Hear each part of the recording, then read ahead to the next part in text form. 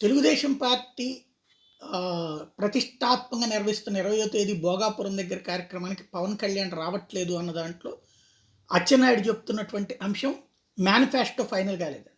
ఏం ఫైనల్ కావాలి అందులో మేనిఫెస్టో?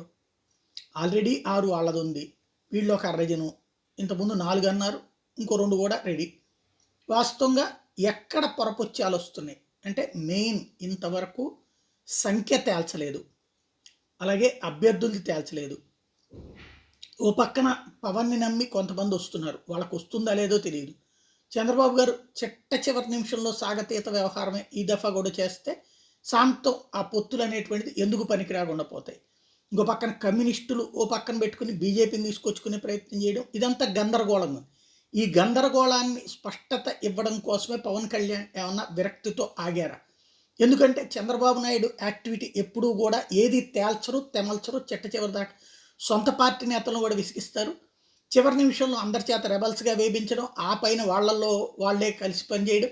మిగతా కొత్తగా వచ్చినటువంటి కమ్యూనిస్టులు ఫేస్ చేశారు, అలాగే భారతీయ జనతా పార్టీ ఫేస్ చేసింది. పవన్ కళ్యాణ్ అట్లాంటిది ఏమీ లేదని భావించారు. కానీ మేనిఫెస్టో విషయంలోనే ఇంకా తేల్చకపోవటం ఒక ఎత్తు. రెండోది వచ్చేటప్పటికి సీట్లకు సంబంధించి స్పష్టత రాకపోవడం, వీటి కారణంగానే ఆగారా? త్వరలో మేనిఫెస్టో ఫైనల్ అయ్యాక అప్పుడు మీటింగ్ జరుగుతుందని ఇంకో మీటింగ్ పెడతా ఉన్నారు. ఇప్పుడు 6 లక్షల మంది వస్తారని వాళ్ళే చెబుతుంది. సరే 6 లక్షలు అనుకున్నప్పుడు 2-3 లక్షలైనా రావచ్చు కదా. అంతమంది వస్తున్నటువంటి సందర్భంలో ఇద్దరు కలిసి మాట్లాడి భవిష్యత్తు నిర్దేశం చేస్తే అదొక ఎన్నికల సమర శంకారావం. అక్కడికి రావట్లేదు పవన్ కళ్యాణ్ అంటేనే సంథింగ్ ఏదో జరుగుతోంది.